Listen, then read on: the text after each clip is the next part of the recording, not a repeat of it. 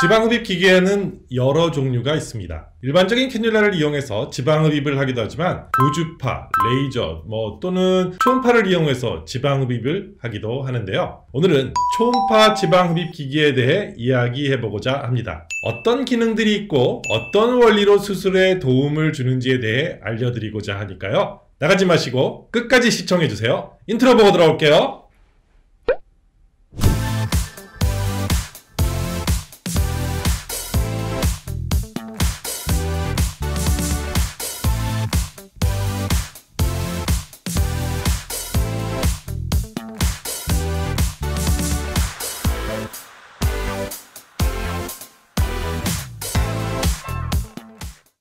안녕하십니까, 지방대학 총장 닥터만입니다.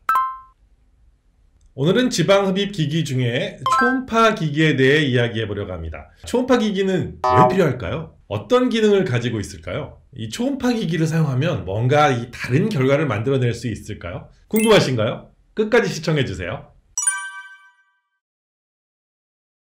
초음파 기기가 처음 만들어진 건 한 1990년대 초반에 처음 만들어졌어요. 생각보다 좀 빠르죠. 지금 우리가 많이 사용하고 있는 이 지방흡입의 이 역사가 그렇게 오래되지 않았어요. 1990년대부터 활발하게 지방흡입을 하기 시작을 했고요. 우리나라에서는 한 2000년도 정도부터 지방흡입을 아주 많이 하기 시작하게 됐죠. 이건 캐뉼라라는 건데요. 이런 관을 넣어서 지방 로뷸, 그러니까 이 로뷸를 터뜨려서 지방을 뽑아내게 됩니다. 그런데 잘 터뜨려지지 않는 로뷸들이 있어요. 이런 지방을 뽑아내야 더 예쁘게 지방흡입을 할 수 있는데 그게 안 되니까 이런 기기가 필요한 거겠죠. 최근에 가장 유명한 기기는 베이저라는 기기입니다. 미국에서 만들어졌고요. 복근 수술을 하는 많은 선생님들은 이 기기를 가지고 계세요. 이 복근 수술 때문에 이 기기가 어마어마하게 많이 팔렸어요. 유럽이나 중동 쪽에 가보면 웬만한 큰 성형외과에서는 베이저를 다 한 대씩 갖고 있더라고요. 광고도 엄청나게 하고요. 저도 한 10년 정도는 이 기기를 썼고요. 그러다가 한국에서도 비슷한 기기들이 만들어지고 베이저의 이 기능을 능가하는 기기들이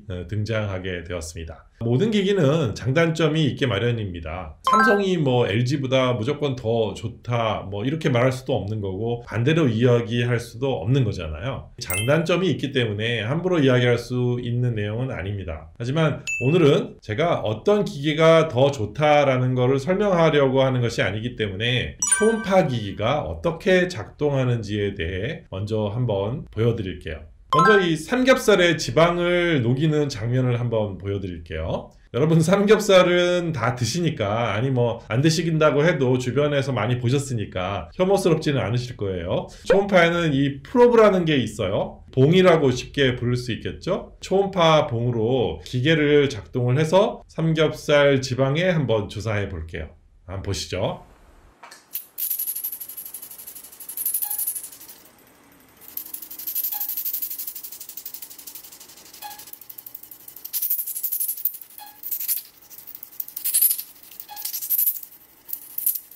지방이 순식간에 녹죠? 이런 식으로 지방을 녹이는 것입니다. 인체 지방 조직도 해봤는데 한번 볼까요? 사람의 지방은 돼지와는 많이 다르거든요. 보기에 좀 거북하신 분들은 10초만 건너뛰어 주시고요.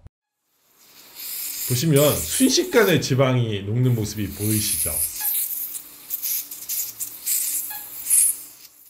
이런 기기가 왜 필요할까요? 잘 흡입되는 구조를 가진 지방이 있는 부위가 있고요. 그렇지 못한 부위들이 있습니다. 첫째, 표층 지방은 잘 뽑히지가 않아요. 무리해서도 뽑을 수 있죠, 물론. 하지만 이렇게 편편하게 골고루 뽑는 게 쉽지가 않습니다. 이런 부위에 이렇게 초음파를 녹이면 아주 쉽게 표층의 지방을 골고루 편편하게 이렇게 뽑아낼 수 있습니다. 얼굴이라든가 이중턱 지방도 일반적인 캐뉼라로 잘 뽑히지 않아요. 지방이 매우 작고 오밀조밀해가지고 흡입이 잘 안 돼요. 이런 부위에도 초음파로 녹여주면 아주 좋은 효과가 나옵니다. 특히 이 얼굴이나 이중턱 지방 흡입은 그냥 흡입만 하는 경우와 초음파로 같이 녹이는 경우에 이 결과 차이가 많이 납니다. 복근 성형에도 사용하게 되죠. 이 복근 성형을 하려고 하면 복근 모양을 따라서 지방을 부드럽고 자연스럽게 이렇게 잘 뽑아줘야 되기 때문에 이런 초음파 기기가 필수적으로 필요합니다. 여기 보시면 이렇게 복근 모양이 있는 모양으로 수술을 하게 됩니다. 남자의 경우고요. 여자도